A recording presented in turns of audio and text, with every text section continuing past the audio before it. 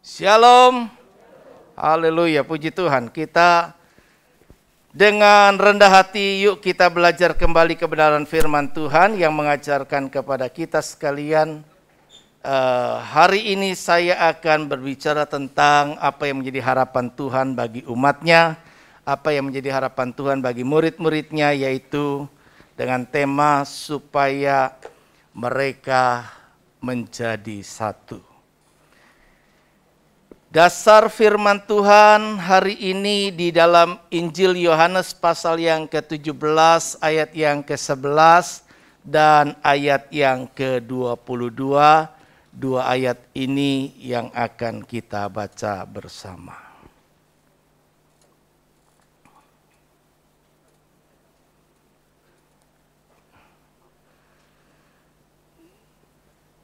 Baik. Saya menyiapkan ayatnya, bisa juga mengikuti di depan dan ada yang mau lihat gadget ataupun Alkitabnya masing-masing juga silakan.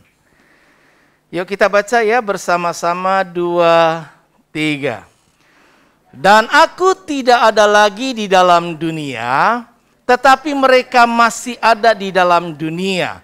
Dan aku datang kepadamu ya Bapa yang kudus.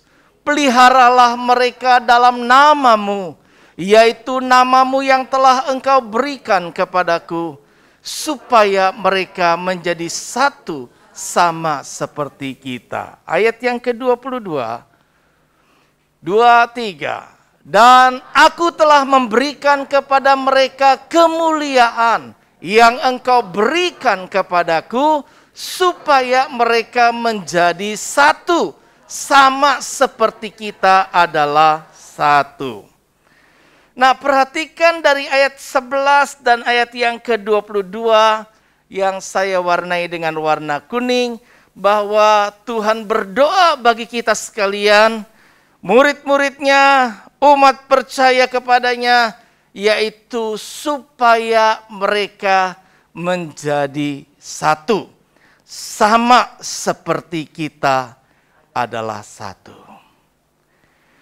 Nah, pernyataan dari doa Tuhan Yesus kepada Bapaknya, bagi umatnya, bagi saya dan saudara, memiliki dua makna. Yang pertama, Tuhan menginginkan supaya kita menjadi satu dengan Dia.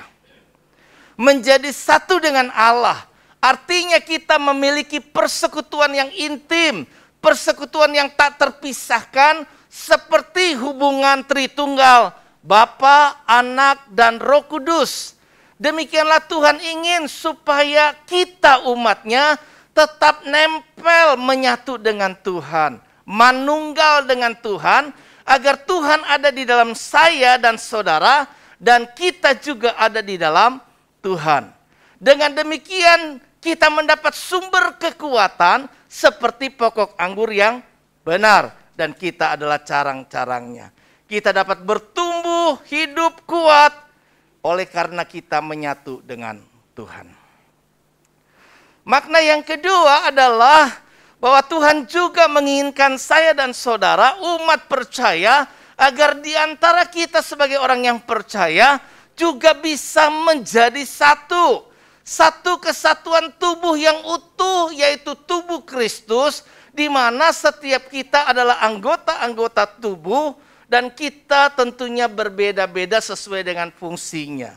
Perbedaan itu supaya tetap ada dalam satu ikatan, satu tubuh, yaitu tubuh Kristus. Dengan demikian, orang lain yang akan melihat kita akan mempermuliakan Bapa di surga.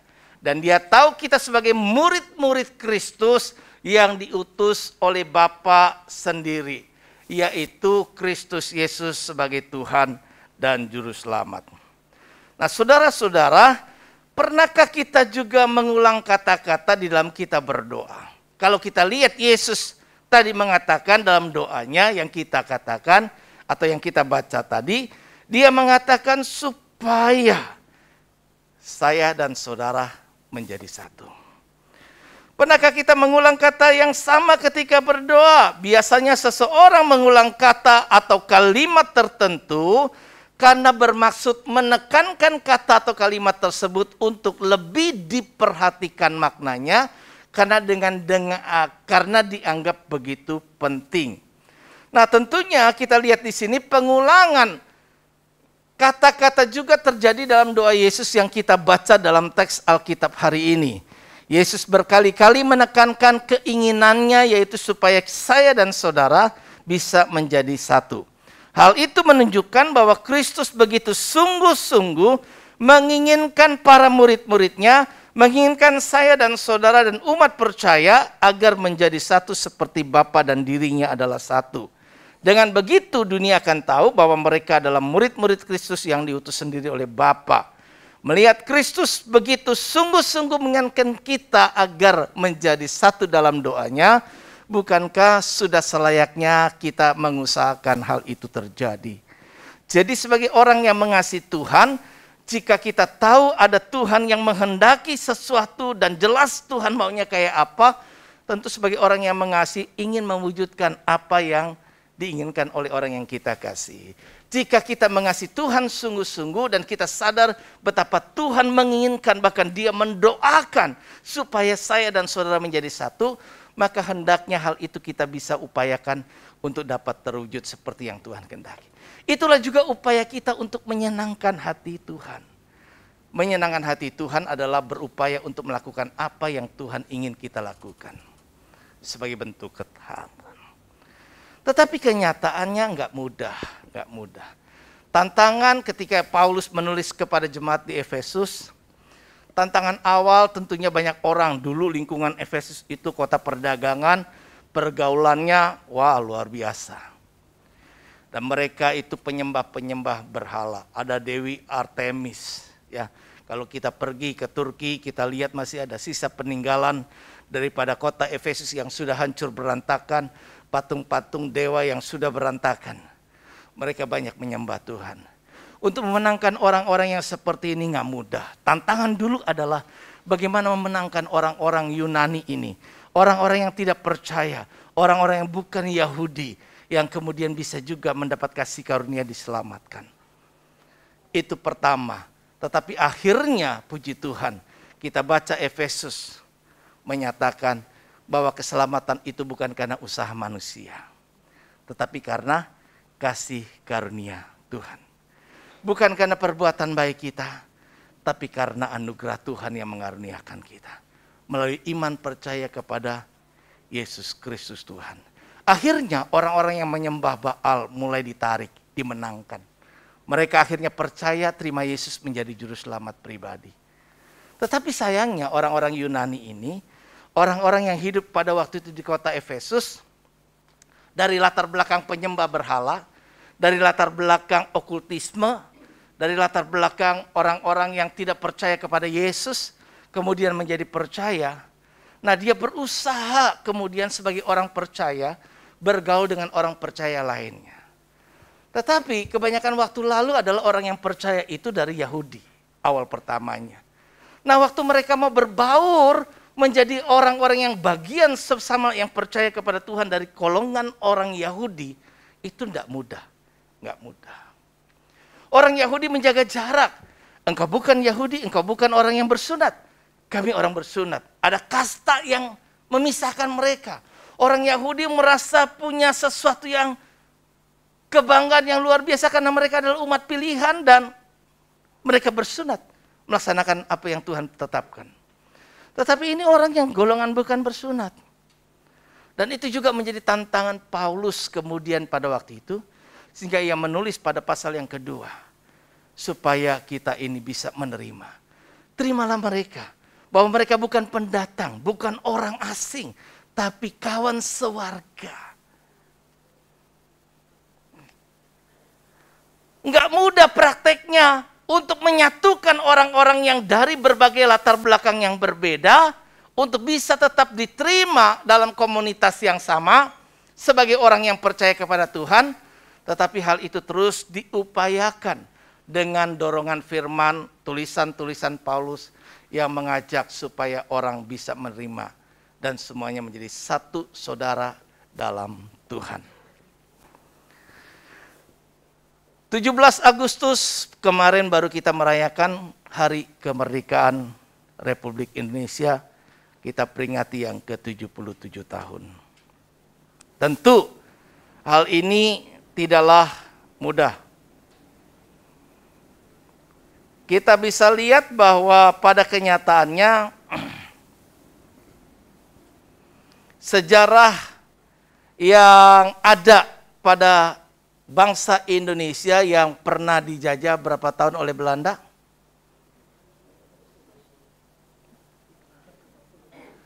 350 tahun. 350 tahun itu kalau di Alkitab umur manusia kira-kira 70 sampai 80 tahun begitu ya. Kira-kira aja rata-rata teorinya. Begitu kan? 70 tahun, ada yang kurang dari 70, ya rata-rata 70 tahun dah. Ada yang lebih, jarang yang 80-an lebih. Enggak mayoritas tapi minoritas. Kalau 70 tahun rata-rata umur manusia dijajah selama 350 tahun, berapa generasi? 5 generasi. Ya. Jadi kalau 5 generasi itu katakanlah dari kakek, ya saya punya kakek, saya sebagai bapak, saya punya anak, punya cucu, habis cucu apa lagi? Cicit, buyut. Jadi segitu lamanya, turun-temurun ada dalam penjajahan.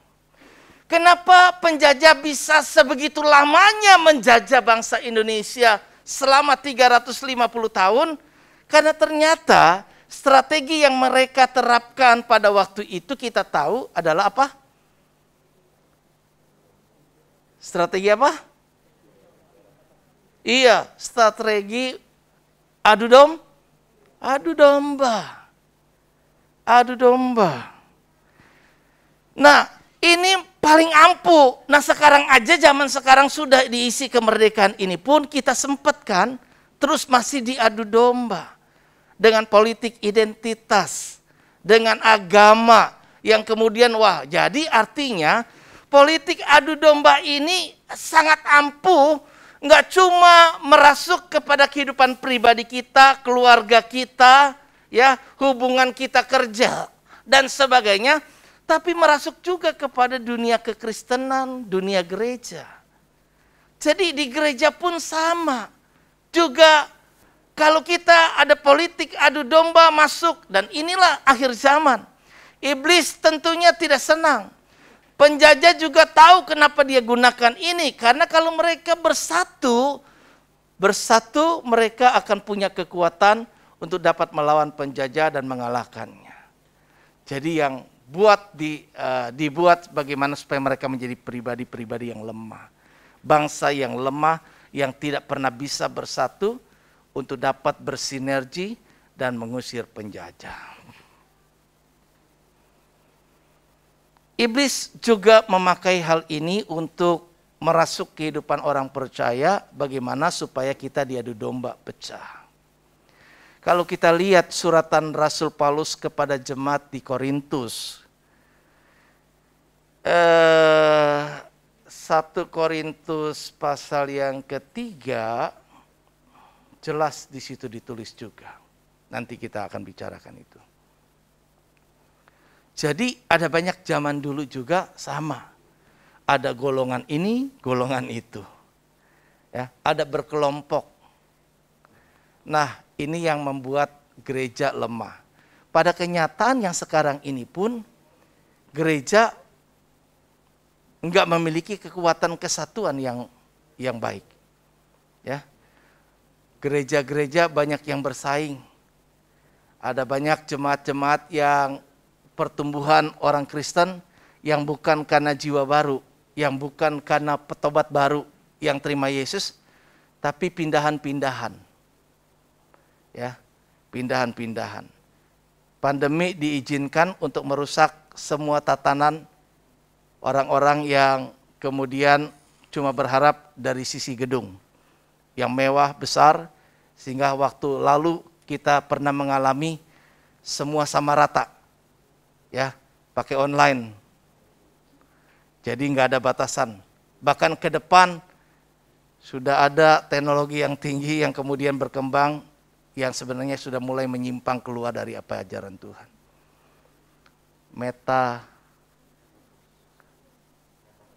Metaverse. Jadi nanti kebaktiannya pakai digital. Aneh, kita nggak perlu datang.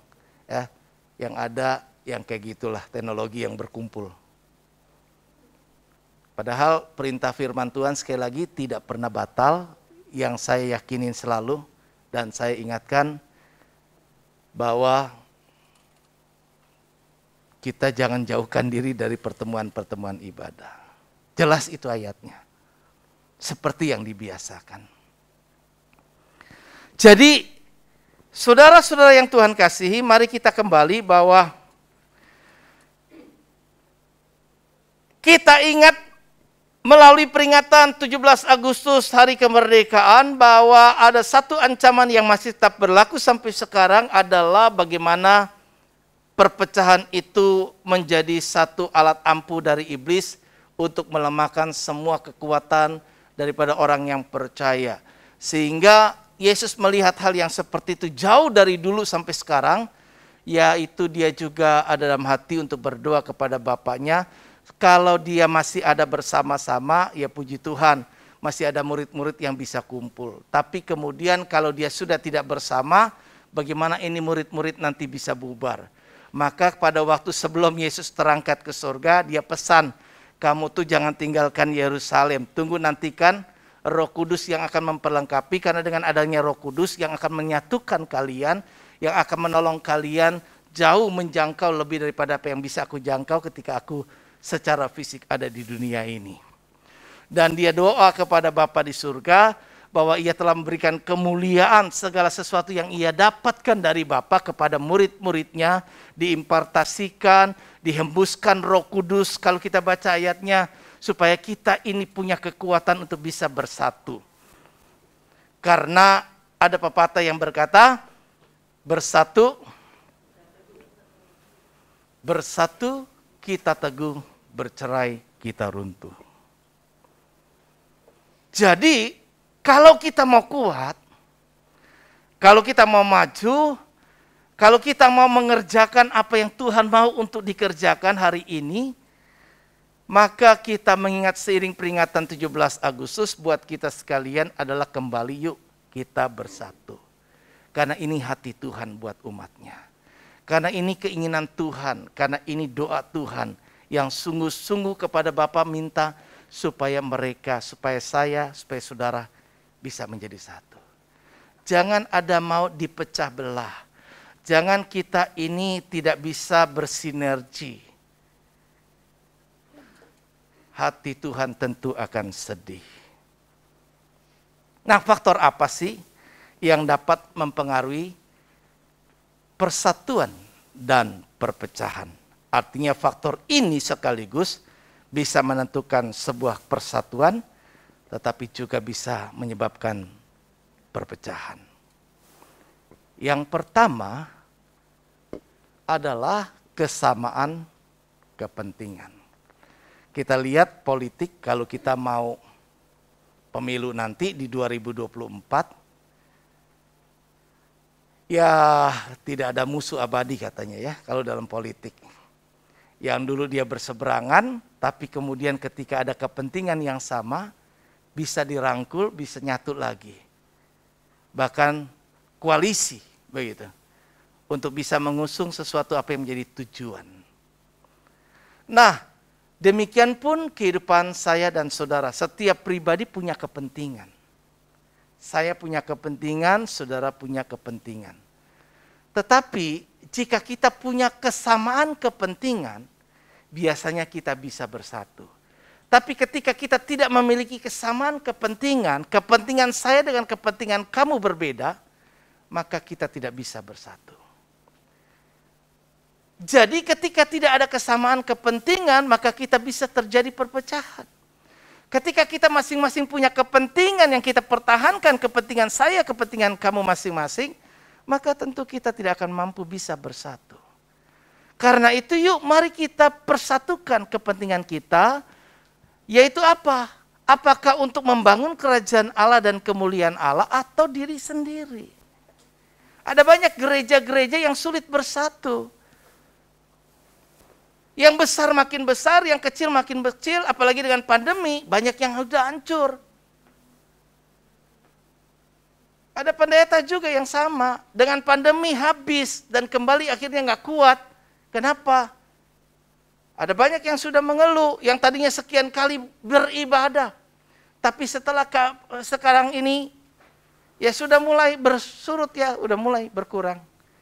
Ada yang bilang 50% sih ada yang kurang. Kenapa? Nggak tahu kemana. Tapi ada jemaat juga yang dikatakan pendeta lain. Saya terima jemaat limpahan banyak. Kemarin saya datang ibadah, ada salah satu gembala yang menyampaikan khotbah dari GBI, Gandaria City. Ya, dia katakan juga ada banyak saya terima limpahan dari orang lain. Tapi saya sadar akan hal ini. Maka saya katakan kepada jemaat itu, kamu dari gereja mana? Kembali ke gerejamu.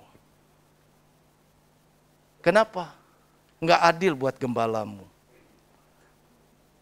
Awal-awal pertama ia telah menggarap engkau, tapi kemudian engkau pindah. Saudara, kesamaan kepentingan. Nah, kalau kita punya kepentingan yang sama, yaitu apa?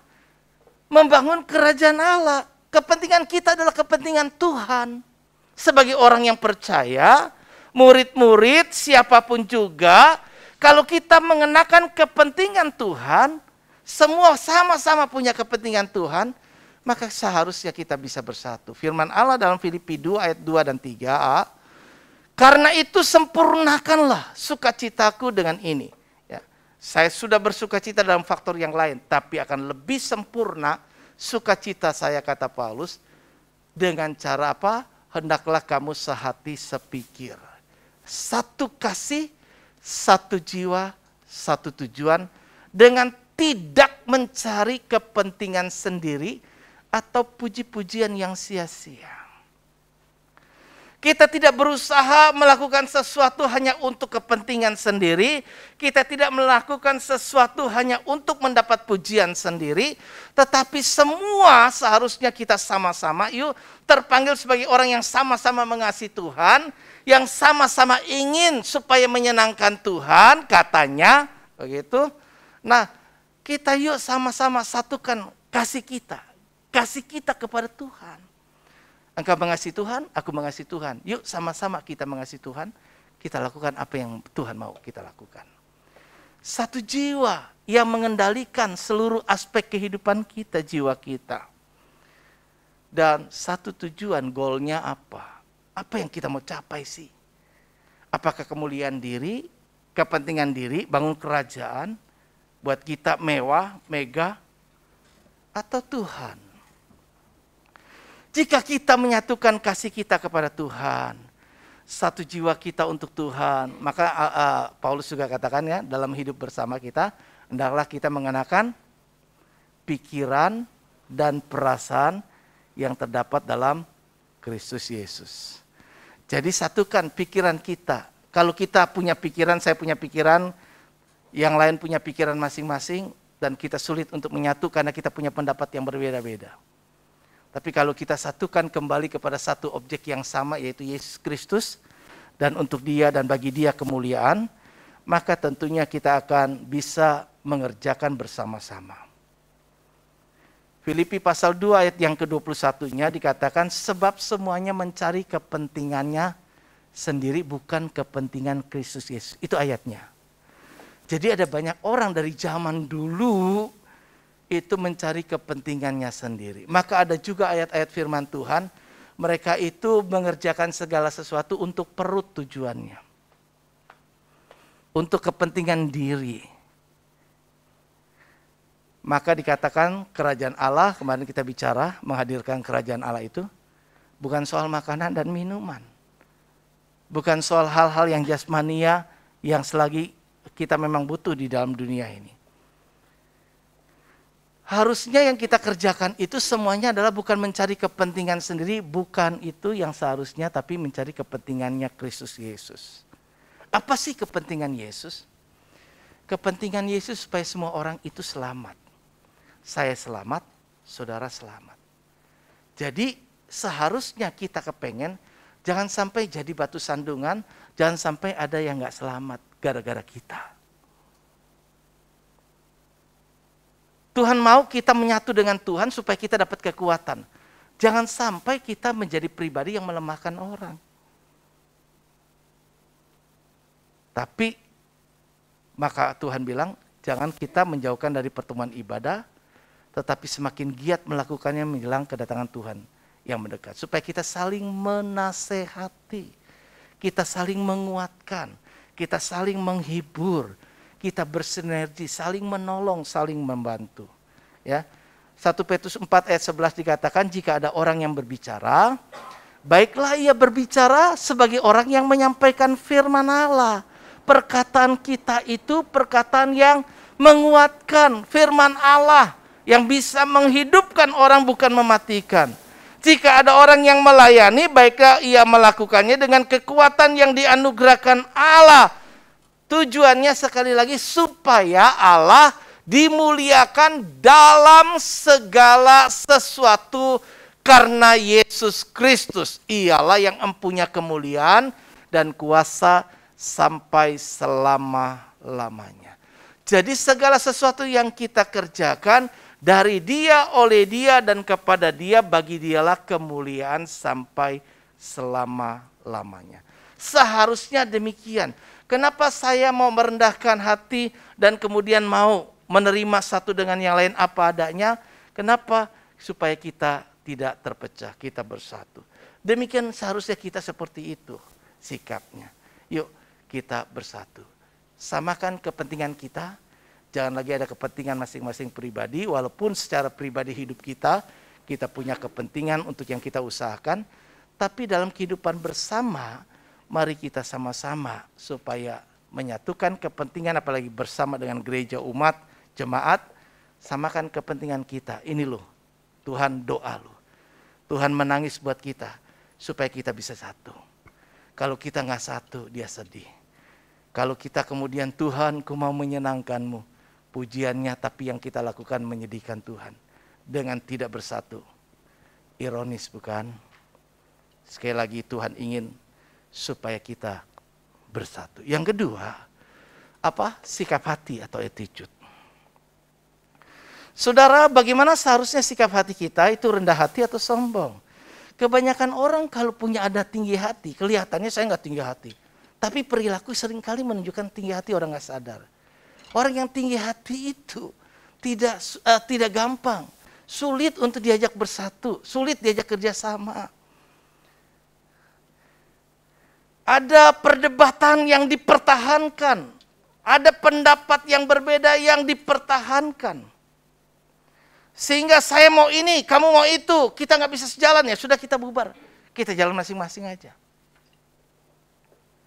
Nah, kalau kita punya sikap hati yang selalu rendah, seperti contoh belajar dari Yohanes Pembaptis.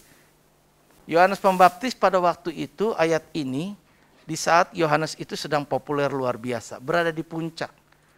Pengaruhnya luar biasa, banyak orang kagum pada dia, banyak orang jadi pengikut dia. Tapi waktu dia melihat ada Yesus yang lewat, dia tidak ambil kemuliaan buat dirinya. Dia ingat, maka dia tunjukkan kepada orang banyak itu.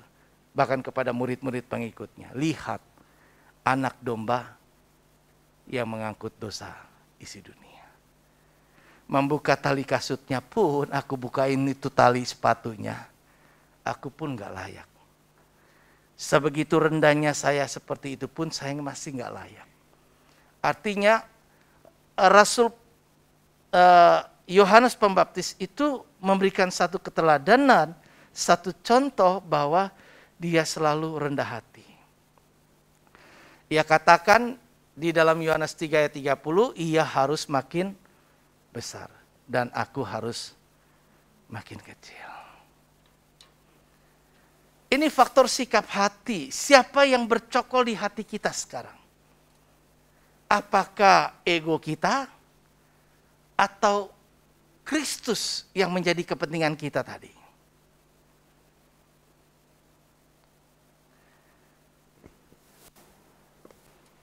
ada ego ini akan menguasai kita punya akal budi, cara kita berpikir. Emosi kita pun bisa. Dan juga apa yang kita mau, kehendak kita. Dia akan menguasai kehendak, akal budi, dan emosi. Tapi kalau egonya kita kalahkan, kita kenakan kepentingan yang sama, yaitu kepentingan Kristus, egonya di bawah, maka Kristus akan menguasai akal budi kita, pikiran kita seperti pikiran Kristus, hati kita seperti hati Kristus. Emosinya dan apa yang kita mau akhirnya seperti yang Tuhan mau. Kehendak kita pun dikuasai. Bagi orang yang egonya dibiarkan masih bercokol dalam sikap hatinya, attitude-nya, maka ego dalam bahasa Inggrisnya itu edge God's out. Artinya kita pinggirkan, singkirkan Tuhan. Ditaruh pinggir. Tuhan enggak. Tuhannya di buritan. Tuhannya tidur, nganggurin. Kita yang bekerja, kita yang menentukan segalanya kita. Ego, hati kita, attitude kita, masih apa yang saya mau. Bukan apa yang Tuhan mau. Saya punya rencana, saya punya akal budi, saya punya pikiran sendiri, saya punya kehendak. Maunya saya. Tapi kalau kita lepaskan tadi pujian, lepaskan kehendak kita, lepaskan kita punya ego. Dan biarkan Tuhan yang menolong supaya kita dikuasai olehnya. Maka ego itu akan berubah artinya. Dalam bahasa Inggris dia akan menjadi exalting God only. Artinya hanya meninggikan Tuhan. Exalting, meninggikan. Hanya meninggikan Tuhan. Jadi apa yang ada di pikiran kita, gimana supaya Tuhan dimuliakan? Maka statement yang saya pernah katakan bagi saya punya prinsip. Biar saya kalah, asal iblis tidak menang. Kalau kita lagi ribut, kalau kita lagi berselisih kayak apa, bukan soal kita siapa benar dan salah. Dah, sorry ya, minta maaf. Biar iblis nggak menang. Kalau kita terus ngotot, iblisnya menang. Kita nggak bisa nyatu, kita nggak bisa kerjasama. Jadi kalau Kristus yang ada, maka kita hanya punya fokus hati kita bagaimana supaya Tuhan dimuliakan. Karena itu maka kita perlu rendah hati. Ingat, Yesus sangat ingin kita bersatu sebagaimana tubuh Kristus yang utuh dalam Yohanes 17 yang jadi kita baca tadi. Nah, yang terakhir, saudara, yang Tuhan juga mau supaya kita belajar, faktor yang menentukan juga adalah kesadaran dan implementasi sebagai kawan sekerja Allah. Seperti yang saya katakan tadi, di jemaat Efesus itu mulai terjadi pengkotak-kotakan. Kelompok-kelompok.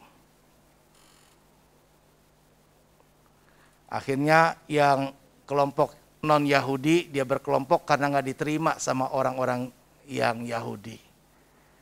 Tapi terus Rasul Paulus mengupayakan agar orang-orang Yahudi dapat memahami bahwa kasih karunia Tuhan tidak hanya untuk sebuah golongan tertentu, tapi untuk semua umat manusia. Tetapi juga di dalam jemaat Korintus pun terjadi sama juga begitu. Maka kalau kita baca di 1 Korintus 3 ayatnya yang ke-1 sampai yang ke-9, kita bisa lebih mudah memahami kenapa Tuhan berkata kami adalah kawan sekerja Allah dan kamu adalah ladang-ladang Allah yang digarap oleh kami. Yaitu adanya orang-orang yang punya kelompok, saya ini pengikut Paulus, saya ini pengikut Apolos. Ada orang yang mengagumi manusia. Banyak orang kadang-kadang orang Kristen ini kagumnya bukan kepada Kristus tapi kepada pendeta. Ada banyak orang yang kadang-kadang lebih bangga kepada sebuah gereja ketimbang kepada Allah. Sehingga umat seringkali nggak bisa bersatu sebagai satu tubuh universal yang utuh dari berbagai gereja dimanapun ia ada. Kita cuma fokus dengan gereja kita. Misi gereja ini tidak bawa ke situ. Misi gereja ini menjadi gereja misi yang berkarakter Kristus. Tidak hidup dari kita, oleh kita, dan untuk kita. Tapi keluar dari situ untuk mengerti panggilan Tuhan, kenapa saya ada. Kenapa gereja ini ada. Gereja ini ada tidak hanya untuk membesarkan dirinya. Gereja ini ada harus berdampak bagi lingkungan sekitar. Gereja ini ada harus bisa menjadi perpanjangan tangan Tuhan untuk melakukan apa yang Tuhan mau. Karena itu selamatkan semua manusia dengan misinya. Didik bina supaya mereka akhirnya bisa juga lakukan apa yang menjadi kehendak Tuhan. Karena yang harus kita lakukan pada dasarnya semua manusia. Kita sering abai lupa satu hal. Tuntaskan amanat agung. Tuntaskan amanat agung. Karena artinya amanat agung ini harus dilakukan. Yaitu apa yang Tuhan mau. Intinya semuanya adalah supaya tidak seorang pun binasa. Melainkan supaya semua orang berbalik dan bertobat. Supaya sebanyak-banyaknya diselamatkan. Itu sebabnya 2000 babi dikorbankan. Walau itu hanya untuk satu orang gila yang digantikannya. Bagi Tuhan satu jiwa penting. Karena itu saudara penting buat Tuhan. Kita penting buat Tuhan. Kita berharga di mata Tuhan. Bersyukur kita punya Allah yang begitu menghargai kita.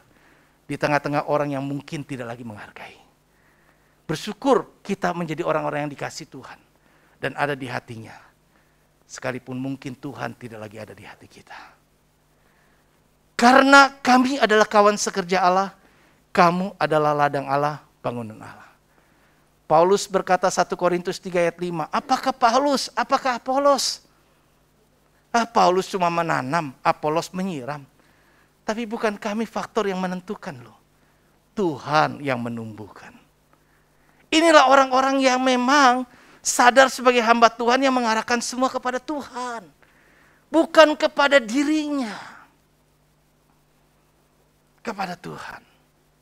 Gereja akhir zaman perlu perhatikan. Gereja akhir zaman harus mengajak umatnya kembali kepada Tuhan. Bukan kepada kebanggaan gerejanya. Bukan kepada kebanggaan pendetanya. Dia cuma manusia. Kami adalah kawan sekerja Allah. Sebagai kawan sekerja Allah, saya dan saudara Tuhan mau pakai, maka yuk kita punya kepentingan yang sama, teamwork. Artinya kerjasama, yuk kita sama-sama upayakan apa yang bisa kita lakukan untuk kemuliaan Tuhan. Slide terakhir saya, jika kita menyadari bahwa kita semua adalah kawan sekerja Allah, maka seharusnya kita dapat bersinergi untuk mempercepat pencapaian tujuan Allah. Satu tujuan tadi ya. Dalam satu kasih, satu jiwa, satu tujuan. Tujuan kita sama harusnya. Kembali, bermuara kepada Tuhan.